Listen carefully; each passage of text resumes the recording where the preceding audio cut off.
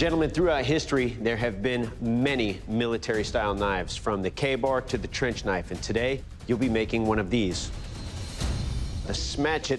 Today, you'll be making your own Smatchet out of these. Street fighting weapons. We've got brass knuckle socks filled with ball bearings, spike clubs, slapjacks. We've even got rolls of quarters. And your job is to choose these steels, add them into a canister with some 1095 powder, and make a canister Damascus billet from which you will forge your Smatchets. Good luck, bladesmiths. Your 3 hour starts now. Oh, that's high carbon, Katie. So it looks like Ed's going to go after those spikes with the angle grinder, which I really like to see. You can stack those in a can, fill them with the 1095 powder, pretty much ready to go. This I use ball bearings and these spikes off there that look like high carbon. The most important thing to make sure this canister works is that there's no gaps in it. Welding. I get my can in the forge, and now I have to wait. Hardest part's waiting. Watch, pot never boils.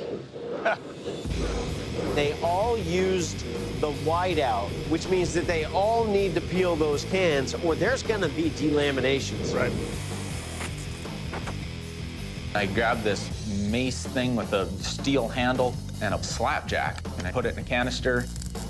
I ended up using a sock full of ball bearings and a slapjack. The key to success with a canister is to make everything packed in as tight as you possibly can. I add a little more powder, I tap it, add a little more powder, and it's just basically eliminating all the air pockets. It's a smart thing to make sure you've got powder in every section of the can. You have no void. So I got my canister packed, and now the scary part, I have to weld it shut. I'm a terrible welder. I might be the most terrible welder. I do not anticipate this going well, but I have no choice but to weld because it is a canister. That's what I'm talking about. Every pass I do, I compress a little bit more. After 5 or 6 passes, I feel it's really good and solid. Theoretically, with the whiteout and the temperature, that can should come off fairly easily. So I start to try and remove the can. Get out of there, you. This can's fighting me. It's taking me way longer than I'd hoped. I get it back in the forge to try and hopefully heat that can up so it'll move a little easier. Easiest way to do it would be cut both ends, cut it lengthwise on both sides. So all you gotta do is peel 2 sides off and peel it wide. Don't peel it lengthwise like banana. There you go. Hey! Brendan's having an issue with the welds on his canister, trying to fill in a couple little gaps. I see some holes, I grind them out, I fill them with weld, I just keep repeating the process. At this point, I feel like I've wasted so much time on welding that I need to just stick it in the forge and see what happens. I got a couple of good forge welding heats on this thing. It seems like it's holding together. It's time to get this can open and see what we got. So it looks like Cody's going to peel his can, man. Good. Not too bad, man. That can's coming right up. Oh, there goes the top of the can. I cut the end off from it. Looks solid on that end. Cody's just zooming right along, man. And I got it. I finally get the can off.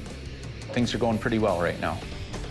What is Brendan making? I have no idea, but it's not a Smatchet. As I'm forging this thing out, I noticed that it's doing a little bit of a, it almost looks like a weird tongue shape or something. I don't know what it is. Brendan is just drawing out that steel can and all. He's not even going to try to peel it, even though he put white out in that can.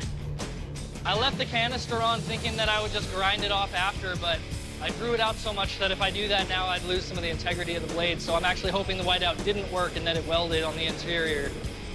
This billet is not what it's supposed to look like right now, and I'm just having to work with it and do my best to see what I can do with this thing. Cody's blade is quenched. Ed doesn't have the right shape, but he's got a quenched blade. Over here, Brandon's still trying to work on his tang. He still has to quench that blade. I have it roughly to shape, and now I'm just struggling with the length parameters. So I'm just heating the tang, just trying to stretch it out. Quench, Brendan, just quench. How did I forget to quench? I have no time left, and I have to get this done now. 5, 4, 3, 2, 1. Bladesmiths, shut down your machines, drop your tools, pull your blade out of that quench.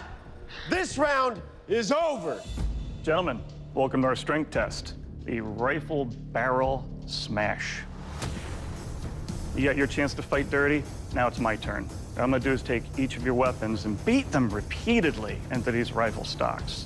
Now, what your blades do to the steel, I don't really care. I want to see what the steel on these barrels are gonna do to your blades. And Cody, how you feeling? Feeling good.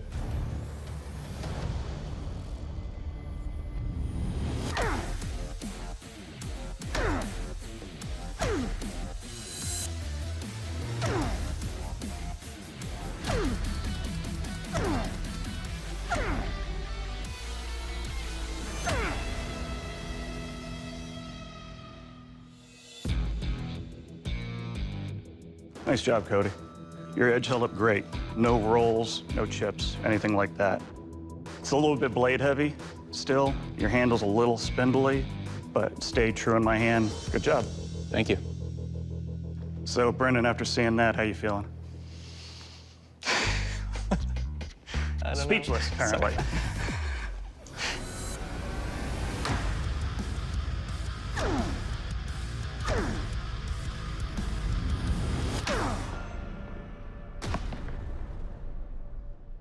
Lost his bump.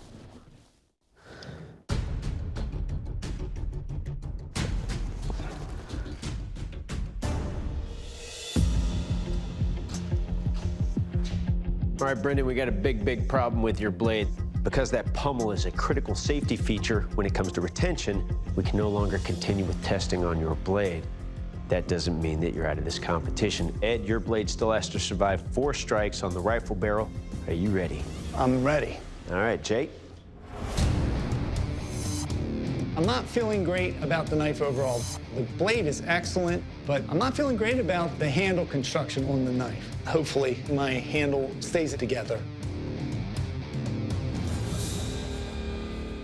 When he starts to pause and inspect it carefully, I know that this is not good. There's no connection. And no pummel. No pummel.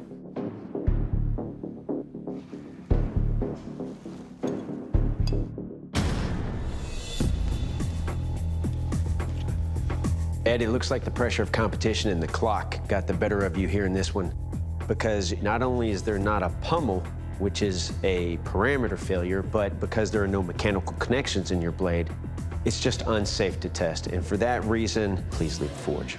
Come on forward, my friend. Thanks for coming out, man. Yeah.